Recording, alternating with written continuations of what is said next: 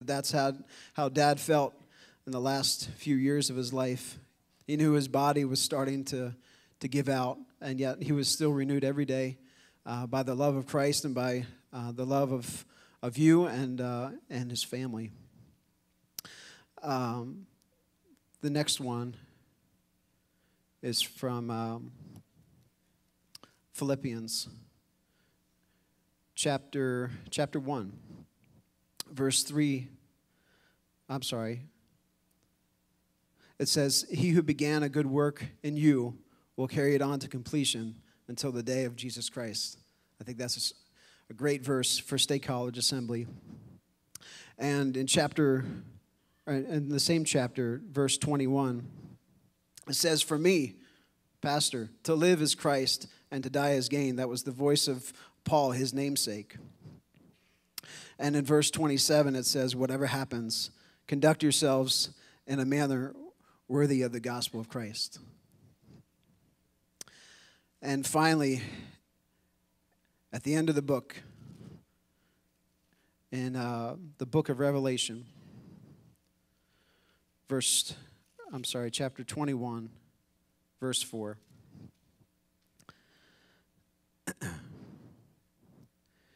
It says, "God will wipe away every tear from their eyes.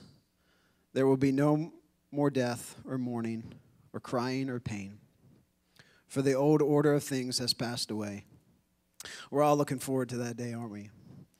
So I count it a privilege to be able to share just some of the insights into this book that he read every day. And we'll have to talk about the rest with him when we get there. Yeah, and most of you that knew my dad well, you would know that him as a visionary and as a risk taker. And I kind of got part of that gene, but I think something got mixed up in there because I am like all on the physical side of risk taking, and my dad was all on the professional side, and I kind of had to teach him along a little bit. He went parasailing is the name of it, parasailing and stuff like that, but, everyone could do that. But I kind of had to train him on the physical end, and, he taught me so much on the other end. But, Rob and I were sledding off the roof at the old church parsonage one day when my parents were at Walmart, and Rob, like so many times, said how much he loved me, and he would let me go first. So I did, and we were having a good time and saw my parents' car coming through the parking lot. The house is clearly visible as soon as you pull in. I don't know what we were thinking, but we dove in the window and, took off our snow clothes, and our jeans and everything still had watermarks on them. And my parents asked what we were doing while they were at Walmart, and we were just hanging out, just bonding as brothers, no big deal. And they said, "What's up with the footprints on the roof?" So your parents are always smarter than you, but like I said, my dad, he did the 117 in the rental van in Montana when we were kids. They didn't have a speed limit back then and stuff like that. But he was such a visionary, always willing to take a chance so that more people could hear about Jesus. And he was always worried about people being deceived and not seeing just the freedom that we have in Christ. And he used to bounce strategies off of me. Some people are like, let's go to a movie tonight, or let's go to Perkins or whatever, something basic that we all talk about. My dad was always like, well, if we do this, and then we do this, and then we do this, then like 2 more million people can hear about Jesus. And it was always this big picture stuff, and pretty much inspired me to be a big picture person, and to step out when it seemed right with the Lord, and to never walk the race, but to always run it. So Irada's going to speak now. Well, I was going to talk a little bit about just Dad's passion for this community, for Penn State University, for the students, because before he was my dad, he was my pastor, and I was a student back then. I walked into this church for the first time March 22nd, 2008, and I was late for other reasons. But the only thing I can remember really from him was he was calling people up for prayer, people that had broken hearts, that needed Jesus in their life. And I didn't hesitate, not for a second. I was all the way back in the usher seat, and I was like, this is it. I need to go. And I walked up here, and I recommitted my life to the Lord that day. I continued to come to church every Sunday, and there was just a few quotes that really, really changed my life, really changed the way I thought about things and things I faced daily as a young, confused, empty Penn State student. And some of those quotes are, living your life based on your feelings is a sign of immaturity. It's not about trying harder, it's about surrendering more. And unforgiveness is the poison we drink, hoping that the other person would die. So those three quotes shaped who I am today.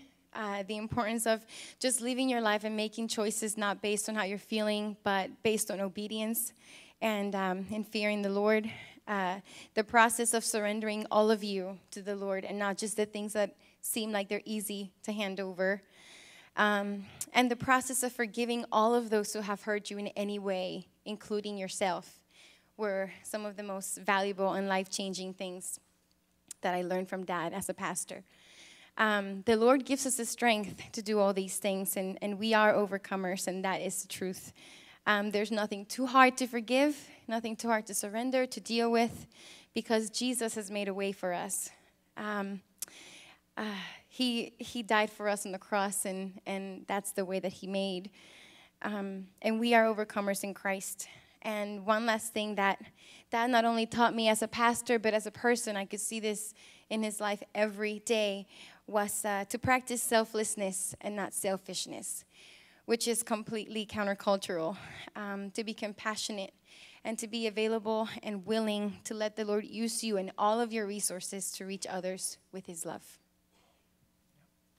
And this is something kind of small. It may seem small to some people, but something that has always stood out to me about my dad. But I don't know if you guys have noticed this or not, but as I get well into my late years,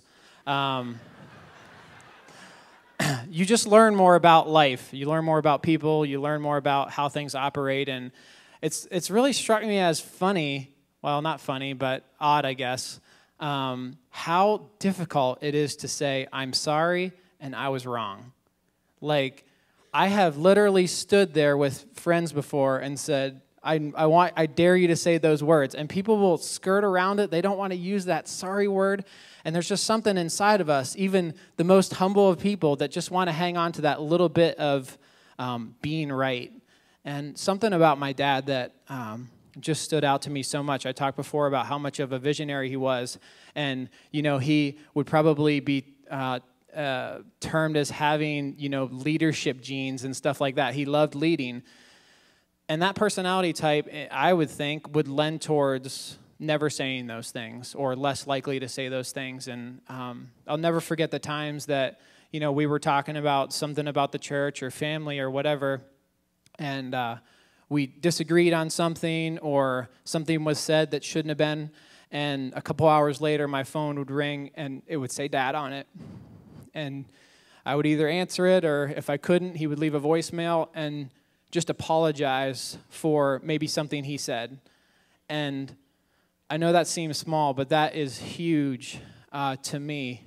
And just the humility that he displayed in his life in doing little things like that, to always make sure things were right before the sun went down, as the verse says, and stuff like that was pretty monumental for me. So I just think it's important to never let something as simple as that drive a barrier between you and people in your life. In 2009, my pastor became my dad-in-love, and that was one of the most honoring and humbling ways that the Lord could have blessed me. I mean, especially after the enemy was constantly telling me that I was not worthy of someone like Rob to be my husband, let alone Pastor Paul Grabill be my father-in-law. And that was not an easy process. That was brilliant and honestly a little intimidating during those first few months that we were dating. But I knew that he always loved me, and he was just making sure Rob was making the right choice.